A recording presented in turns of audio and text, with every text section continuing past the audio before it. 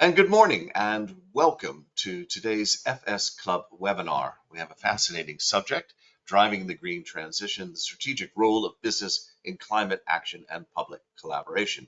And we are delighted to have a guest speaker with us today, Paolo Tatiki, who is Professor of Strategy and Sustainability at UCL School of Management. Now you might notice something interesting, which is this is being done in conjunction with Club di Londra, a social and business club in the City of London, of which I am proud to be a president, and Paolo to be a member. And we are delighted to have everyone here today from both communities because we're trying to bring in some of that global expertise from abroad here into London for some of our discussions. Now, I must emphasize we cannot do this without the help and assistance of our many and copious sponsors who allow FS Club to range across a variety of future scenarios in economics and finance and science and technology. And we'll be promoting our sponsors at the end as well, but I'd just like to point out that we truly appreciate them helping us. Now, when it comes to this subject, one of the things that I'm quite keen on is emphasizing the changes that we need to make across the global markets. Lucas, next slide, please. Across the global markets. But Paolo today is going to be emphasizing to us the importance of business. What is the role of business in driving this green agenda? And so looking very much forward to that. Just a reminder of the format. Our agenda is typically like this, as you know. The idea is to have a great interaction with the speaker. So my job is to get out of the way as quickly as possible. So just a few points of housekeeping. One, yes, in fact, the presentation is being recorded and will be available in approximately a day and a half or two and will be emailed to you. Secondly, it is a case where all of the questions that you put into the chat room, and please do use the chat room. Paolo and I are here with you. We're not on Signal or WhatsApp or anything else or email. All the questions and answers, even if Paolo doesn't have time to get to them, will be sent to him with your attached email so he can reply to you directly. If you want any details or something, just pip it into the chat room and we will take care of that for you. And yes, we will be reserving a fair amount of time. So on to the next bit, which is simply Paolo. I am absolutely delighted you're here today and the floor is yours. Thank you very much, Michael, for the very kind introduction. It's a pleasure to be with you today. Of course, this is a big topic, and I guess it's not easy to address it in 20 minutes. But I'm gonna do my very best. I'm going to basically try to do two things today. One is basically to provide the latest on climate change and climate science to basically describe the problem. And then I'm going to speak about the green transition and the role of business and why it makes business sense to act and to invest on sustainability and the green transition. As people know from the biography they received, I'm an academic in this space, but I'm also an entrepreneur and a consultant, so very much involved in real business projects, both in Europe and outside Europe. And therefore, I do understand that this topic is complex, and we need to make it work when we speak about business and finance and how they engage with the green transition. So I guess the first point I wanted to make is that, of course, when we speak about sustainable development, when we speak about climate action, these are basically complex problems that call for many stakeholders to be engaged. And I strongly believe business is a key stakeholder. I guess the last 20 years have probably taught us that governments alone are not able to basically address these problems by themselves, and we need business on board, business with their capitals, business with their solutions, with their technologies, really key for success. And I guess when you look at where we are today, and this is, I believe, is going to be very clear from my presentation, we are definitely heading in the right direction.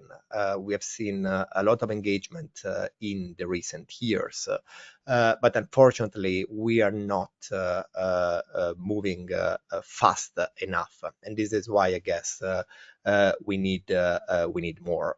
Having said that, I guess momentum has been, building, has been building for a while now.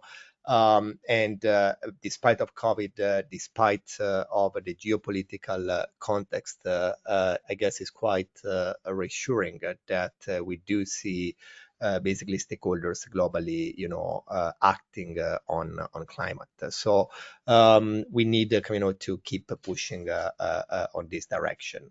Now, what is, I guess, the latest on climate change? I guess the latest is not good news, unfortunately. 2024 was the warmest year on record, and this was basically after 8 consecutive years that made a record. So based on the current policies around the world, we are not basically, hitting the target of 1.5 degrees above pre-industrial. In fact, we are already very close to that.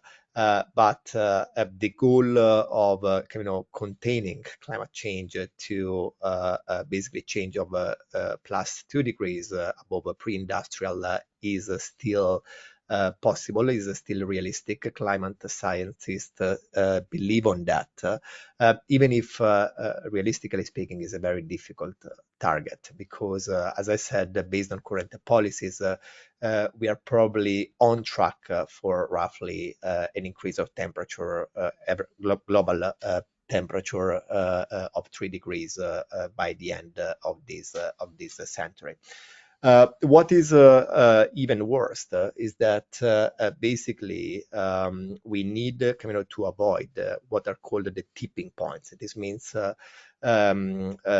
situations where basically the climate system changes and we are not able to go back to the previous conditions. So time matters when we speak about climate action, and this is why today we need both government and business to do more. I guess all of us, are seeing, watching, experiencing, unfortunately, the consequences of a changing climate.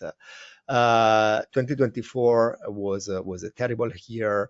More than 1,600 extreme weather event reports, and as you can imagine, the consequences are, sufferance for communities, economic impact, disruption of business activities, disruption of government activities. So the consequences are very real, and unfortunately, we are getting used to see situations like the one you see on the picture. This was Seville in the autumn, and is something that unfortunately we're gonna experience more and more in the years coming. The cost of this is huge. The estimate is that in 2024, extreme weather events costed governments worldwide something like $58 billion. And this was particularly bad in the US. The US was hit very badly by climate change in 2024.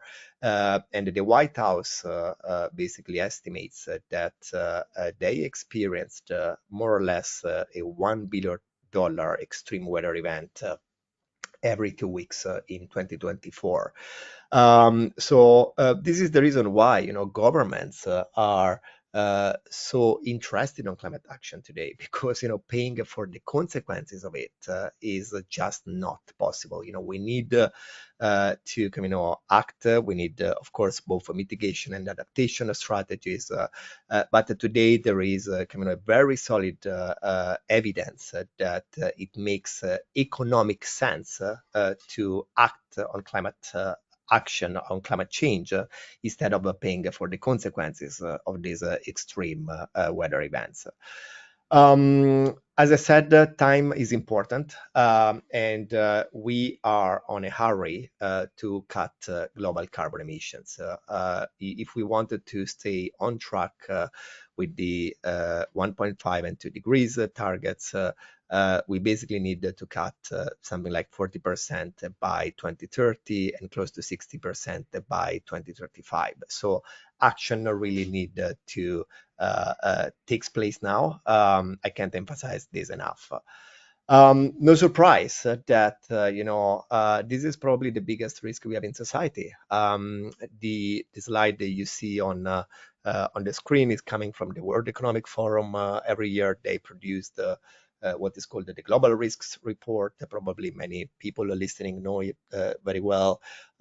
They basically engage executives, experts worldwide, more than 10,000 people, asking them about risks that could impact negatively their local economies, their local business activities, and they build a classic risk analysis.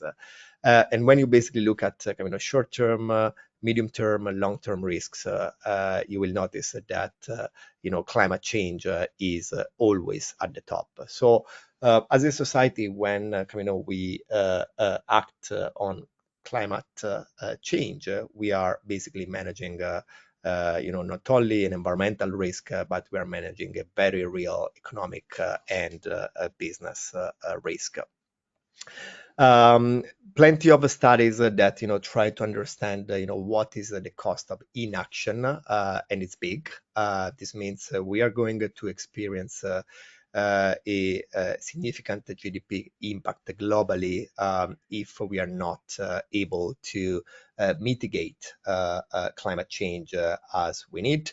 But on the flip side, climate mitigation and adaptation strategies are very smart investments. This means we can really build new economies based on climate action, climate tech, green tech, and the green transition in general. So it's really up to us, if we want to pay for this, or if we wanted to see this as an opportunity and invest on this. And I'm very pragmatic here, coming on this topic from a business perspective. But of course, this is a huge social problem, so we need really to take that in mind as well. What we have seen happening in the recent years is that countries globally they mobilized and for example, the European Union has pushed a huge amount of legislation with a focus on ESG and climate action. And the European Green Deal, the Fit for 55, is a very comprehensive framework for action. I guess the European Union approach was very much based on compliance. We have seen, for example, a different approach in the US, more based on market incentives, but the US again is engaging with the green transition really seriously, and now we also see China coming on board with a solid agenda and big investments, especially when it comes to for example electric mobility. Now, why companies, why organizations worldwide should engage with climate action, and I guess sustainability at large. This is basically my area of interest. I'm a professor of strategy and sustainability at UCL School of Management, and I'm a very pragmatic person. This means I fully understand that companies are not going to engage with sustainability if it doesn't make business sense, if they are not, if it goes against the profit. So I guess the challenge here is, is kind of really to develop a new business models, develop new strategies that allow organizations to engage with sustainable transformation and climate action in a way that is economically sustainable and makes business sense. I recently published a new book that is called How to Be Sustainable: Business Strategies for Leading Change. In this book, while writing this book, I interviewed many of the global chief sustainability officers, and kind of learned about their strategies and how they built the business case for change. And I guess today, you go down to 5 key factors, and I'm gonna kind of very quickly go over them in the next 5 minutes or so. One is compliance. Especially in Europe, that's a big driver. Companies engage with sustainable transformation and decarbonization and climate action because they are forced to do it. But it's not the only driver, and I guess it's very important, we to understand that and to recognize that. Today, for example, there are real cost reduction opportunities associated to decarbonization and sustainability, and I'm gonna speak about it. Of course, reputation is there, but also talent attraction is another big factor. And generically speaking, companies do face risks if they don't engage with certain type of activities today, but there are also plenty of opportunities in markets that can be explored through sustainable transformation and decarbonization. So I guess the market risks and market opportunities are the most strategic part of the business case.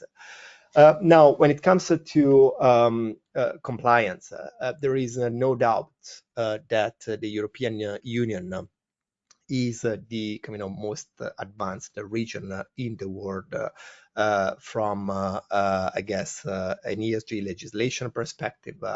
And they, developed, very innovative policies with a very integrated approach to create the conditions for a green transition and for creating the conditions of a sustainable industry in Europe. And the European Union, I guess, made something that was very innovative in actually making the decarbonization targets legally binding for the European countries. So, this framework is here to stay, even if, I guess, the strategy to get there, to hit these targets could change in the next years. And we have seen an adjustment, already. As you know, the omnibus package made the big news, during the spring this year. This is basically a review of some of the, big ESG policies that the European Union had developed. And to be honest, I believe, this review was needed. This means, we need to create the conditions not only for a transition, but for a just transition. This means we cannot develop sustainability policies that, do impact negatively, business activities that harm their, competitiveness globally. So, the omnibus package doesn't change, the targets for sustainability, but changes the strategy to get there. So it's it kind of I guess creates easier conditions for business to engage with the transition. The pressure on large companies remains, but I guess it makes it more sustainable for European SMEs to engage with decarbonization and other sustainability-related activities. I'm not going to go over all the changes because we don't have the time, but I guess we can discuss that in the Q&A if there is interest. Something that is also interesting and relevant is climate litigations. Climate litigations are, booming worldwide, and we have also seen, recently successful, climate litigations that created a legal precedent that will probably enable more similar climate litigations in the future. And today, corporations are, I guess, under pressure because, climate litigations are becoming a new tool, I guess, to support the climate action globally. Last year, I was involved in projects with British Airways.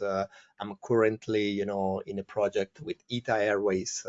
And for example, companies in the aviation industry, they are, very exposed to these type of actions. So really feeling the pressure of, these climate litigations. And the same is, for oil and gas companies and generically speaking, heavy industries that are, easy targets for these climate litigations. Reputation and talent. I guess today there is evidence that corporate reputation is, very linked to ESG performance, and especially, the young generations, they do care about, the sustainability of their employers. So there is, plenty of evidence that organizations that do engage with sustainable transformation, do engage with climate action, are basically, are better able to, attract talent in the organization. So this is also important for that. Plenty of cost reduction opportunities. Today, when you speak about sustainable operations, you are basically speaking about efficiency. So one of the, I guess, the side benefits of decarbonization journeys is, very often reduce the cost of operations. Of course, it is a calls for investments for CapEx. It's not free. There is also, plenty of evidence from literature that green leaders, are, more able to attract basically capital and cheaper capital. So there is a financial benefit. And today a lot of attention is also for basically the circular economy. There is a growing amount of evidence in literature that circular business models can help organizations to achieve cost savings. So there is an investment problem, but I guess the win is accessible, and this is, an important part of the business case. In terms of market risks and market opportunities, I guess today, there is again a very solid evidence that markets globally, this is true in Europe, but it's also true in the US, they do reward the sustainability. Today, we have solid scientific evidence that there is a positive correlation between ESG performance and financial performance. We see, a huge amount of capital flowing, in different forms.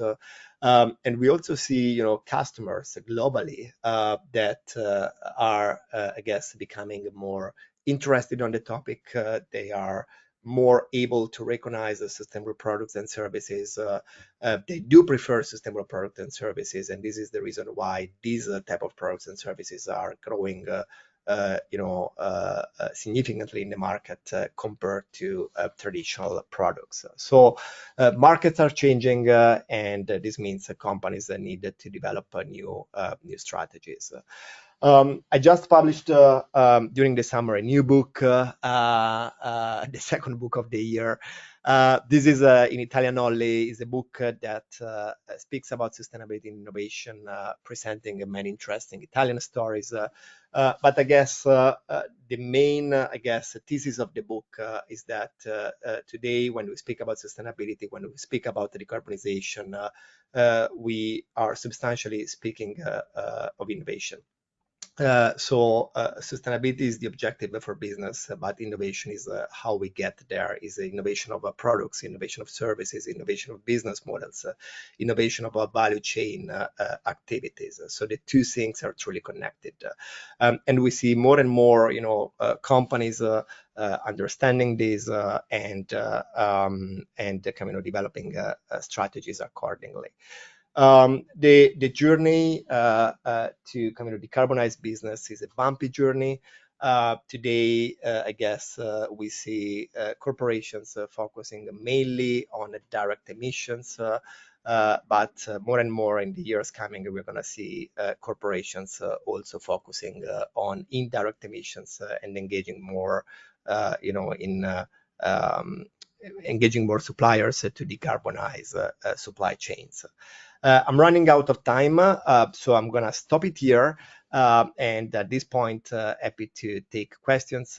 Hopefully, this is a kind of quick overview of the latest on climate science and the business case for companies to decarbonize created the stimulus for some questions. Paolo, that's absolutely fantastic. But I wouldn't mind actually if you would just go on just a minute more and talk about the Enel case study, which is fascinating. Okay, so if you give me one more minute, I'm very happy to do that. In fact, that's the slide that was missing. I think it's that Italian insight that's very important. Yeah, I agree. Actually, it's an Italian insight. You're right, but it's a case study that is now, really well known globally. In fact, I guess the top business schools worldwide have written case studies on Enel. The story of Enel is a super interesting one. Enel is today, one of the largest players in renewable energies globally, definitely the largest in the west part of the world. If you look at Enel 20 years ago, was a very different company, was a very traditional energy company. And for them, sustainability was very much CSR, so a very traditional approach. Everything changed when a visionary CEO came, Francesco Starace. He was basically appointed as global CEO in 2014. And basically, he came with a vision. The vision was quite simple. He basically said, the energy transition is going to happen, that we like it or not.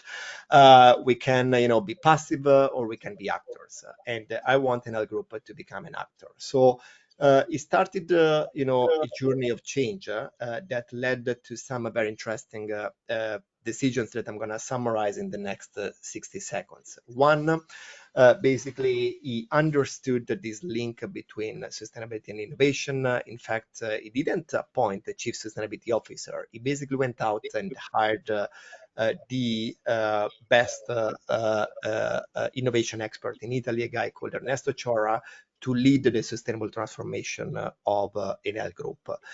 They started disinvesting massively from their carbon activities to basically go all in on renewable energies. They also created a new company doing that. Basically, they created a spin-off from what used to be the corporate innovation department. And created a company that is now called NLX. And what NLX basically was created to go on a mission to invest on startups and technologies for the energy transition. And in 5 years, they built an organization that was generating revenue for 1.5 billion euros, demonstrating that there are market opportunities when you look at the green transition. But what is also interesting is that they used super smartly sustainable finance solutions. They started with green bonds. And at a certain point, they realized that there was an opportunity to do something different. So in 2019, they became the world's first organization to issue an SDG-linked bond. This means a bond that is not linked to a project, but is linked to their corporate strategy to become more sustainable. So the bond is linked to 3 KPIs, decarbonization targets, energy mix, and gender parity at white collar level.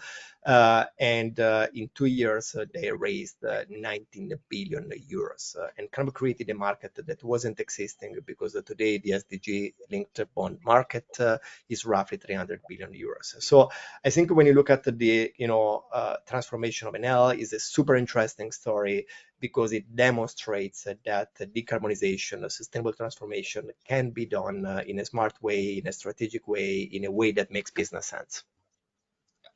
Well, thank you. I think it's important because, in fact, Zien was involved in 2017, well, in fact, earlier in talking with Enel about these structures. And for those of you out there, it's actually a very hard mechanism. There's step-up mechanisms of about Correct. 25 basis points. So the one that most important to me is the taxonomic alliances or the gender equality. It's actually the scope 1 GHG emissions intensity, where they've got a target, for gas emissions, greenhouse gas emissions per unit of electricity generated. So Correct. CO2 equivalent per kilowatt hour. So, a lot of that design work was done ages ago, and we were proud. Of course, as many of our listeners will know, we're equally proud of the work that was done, more importantly, in my opinion, on the sovereign sustainability linked bonds with Chile, Uruguay, and Thailand. But anyway, we've got a lot of questions here, Paolo, so we're going to have to be going pretty quickly here. You've sparked a tremendous amount of interest. From Enrico Sorresini, how can very small and very large companies get support before going out of business? Yeah. This is a good question. I guess it's very important to understand the business case and where the pressure is coming from. So before engaging, with investments, before engaging with, sustainability reporting, for example, it's very important that companies, both large and small, develop a clear strategy. These are complex activities. They call for long-term planning. So that's the key first step. Understanding what is at risk, what are the commercial opportunities is key for success. Now, John Taylor is over at Queen Mary at Castle, which is a group very committed to the legal aspects of climate change. John asks, at Castle, we're very concerned at the approach emanating from the White House. Is the U.S. really engaging to decarbonize, or is it just turning other governments away from this effort? And I might tack on to that. The EU took a market-based approach. The US has been taking a subsidy-based approach. The two are sort of in conflict, and now the EU is laying on a lot of reporting requirements, which I'm not too sure are as good as an actual market costing-based approach. But your thoughts, please. Yeah, I guess that the two approaches are different, but in a way they are kind of working in the same direction. So before the summer, I was in the States to present my book, so I had the opportunity to interact with a lot of stakeholders and investors there.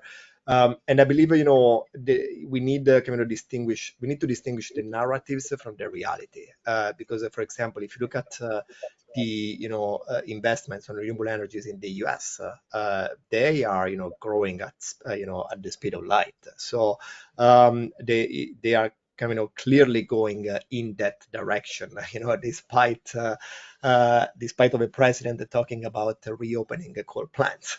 And what is interesting is that in the US, you have seen movements starting and becoming very successful globally. I'm thinking about the C40 Alliance, this alliance of major cities around the world that made a commitment to decarbonization. It started in the US. We have seen the B Corp movement, starting in the US. And we see, many states, I guess, making a real commitment to decarbonization. And that is, something, again, interesting that states and cities in the US, they have a lot of autonomy. So the influence of the White House, I guess, is of course important, but up to a certain point. I'll give John a quick follow on, John Taylor. That is, his legal colleagues are very keen to assist in reforming hard and soft law principles to support sustainability and decarbonization. What are the most important areas where you think they should focus their efforts? That's a very good question, and probably an area where I am not, an expert. So I'm not sure I'm in the right position to advise them. But I guess I do think a soft approach is important. But I also think it is important to realize that compliance is one tool, but is probably the one that potentially is less effective. And maybe I'm saying something controversial here, but I work with many companies, and I see that today the driver is not compliance any longer, is basically strategy, and this is because the markets are changing. So let's keep that in mind, but of course let's build the right legal tools as well. Okay, super. I had a question really on the Corporate Sustainability Reporting Directive, which you mentioned. Given Yeah, those two approaches, CSRD. how important is that really to achieving change, particularly if you can, cut yourself down in 1 second from 50,000 to 7,000 companies, Yeah. with all of the change on? Is that important? Couldn't we get there with the ETS markets and a decent sequestration market and some genuine government commitment? Yeah, I think the CSRD directive is important because today we have more solid tools and data systems for sustainability reporting that should be, used by companies. And the CSRD is basically, pushing companies to report in a very structured way that is also functional to avoid greenwashing. I believe the initial framework was probably too ambitious and was creating a lot of pressure on SMEs. I guess only consulting firms were, happy of the initial framework because it was a huge, amount of consulting business coming. But I guess even if even if today there is a proposal for something different that is basically creating pressure just on bigger organizations, still it is going to have a ripple effect because large organizations, in order to produce these reports, they need basically data. They need to work with suppliers. So there is going to be a ripple effect. Both basically, with first-tier suppliers, but basically on supply chains globally. I was impressed by the fact that I visited China in May to teach a strategy there. And for the first time, I saw a real interest for sustainability in China, especially in the state-owned enterprises, for example, because they do feel the pressure of these directives that also apply to the big Chinese suppliers. So, what we do in Europe has an effect globally. Okay. One of the things that I find intriguing here is you said in your slide that the principal driver of innovation for businesses was sustainability. But certainly in the last couple of years, everything I go to, they wave the magic pixie dust of AI will sort of Yeah. solve everything. And of course, AI comes with enormous energy costs, as we're seeing. How do you reconcile that paradox? Let me be very clear, and if you want optimistic on this, AI is going to support the climate action. There is already plenty of evidence of that. AI is going to help with both adaptation and mitigation strategies. I attended before the summer the Climate AI Summit organized by Google, and I was genuinely impressed by the type of solutions that are already available. Having said that, we need to be aware that, as you said, there is a downside, and that's basically, AI consuming a lot of energy, and this is something that we need to address. But all the big tech companies are, investing in very efficient cloud factories, in renewable energies. So I'm confident that AI solutions are going to become more sustainable over the years, and is not coming on a long time horizon is coming. Okay, time for three quick ones, I suspect. Firstly, what's happening, if you can say that, that's different in Italy than in the UK? I guess I believe the two countries are quite similar when it comes to sustainability. Maybe the only difference I notice is that in Italy there were many kind of family businesses that years ago, maybe 20 years ago, decided that they wanted to be a first mover in this space. So we have a lot of first mover stories in Italy, but I see both, British organizations and Italian organizations engaging well and engaging more strategically with the topic of sustainability and decarbonization. Isaac Kafasha has a question. I think it might be fairly quick, but just your thoughts on sustainability as being principally climate change, or sustainability and the broader issues to do with the environment. Yeah, no, absolutely. Sustainability is not, just the environment. And in fact, the social dimension of sustainability is very, very important, and something I'm particularly interested on. Last year, we won with my research group an award from the Financial Times for research, for example, that we conducted on social impact measurement for impact investors. And I guess the social dimension of sustainability is going to receive more interest in the years coming. The reason why I guess we have seen more focus on the environment is two reasons. One is because of the urgency of climate action. Second, because it is easier, I guess, to measure things in the environmental dimension of sustainability, while when you try to measure, for example, the social impact organizations, is a mess because we don't have the tools yet. So we're going to see more in that space, but the focus should be on ESG, and there should be, a balanced approach. And finally, I think people are very interested in your political opinions, Paolo. Uh, Graham Kennedy is interested in going on to Trump and Farage and Yeah. Badenoch. Are there things here? Why don't we not see more action? Is it really a lack of leadership?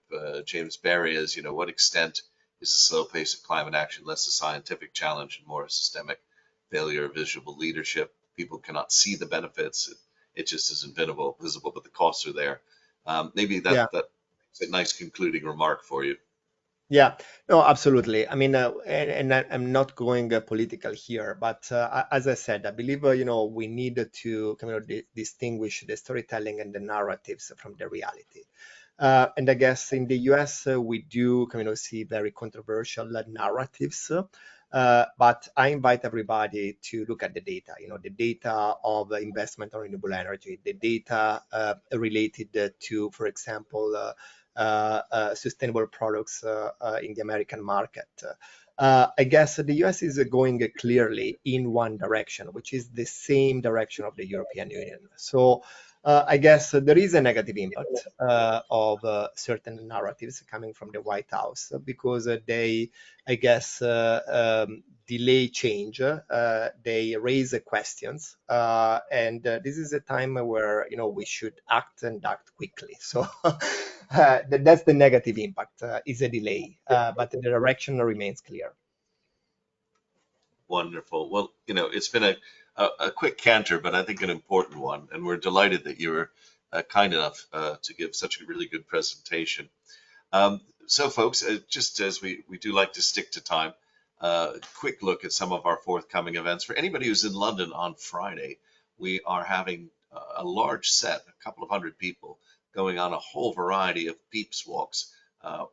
These are 2-hour walks with a guide. Please sign up if you at all interested in Samuel Pepys, the Great Fire. They'll be meeting at the Monument and at the Royal Exchange and going on a variety. You can go to the website and check those out. We'll be looking at another view of innovation in financial services from Scotland on the 11th of September. Yet more on climate change. Environmental data meets financial risk with Giuseppe Brandi, sponsored by Northeastern. And finally, for those of you of a social nature, we're having one of the pub tour walks that we tend to have every sort of 3 or 4 months. So a lot coming forward. But I would like you to join me in please thanking our guest Paolo Tatiki for really a great canter through the subject and pointing out to all of us how important it is that business leads in this crucial area, almost to some degree, regardless of the whys and wherefores of daily politics. The long-term trend, as Paolo's pointed out so well, is clearly there. Let's just get into action on it. Thank you so much, Paolo. Thank you, everybody. Feel free to connect with me on LinkedIn.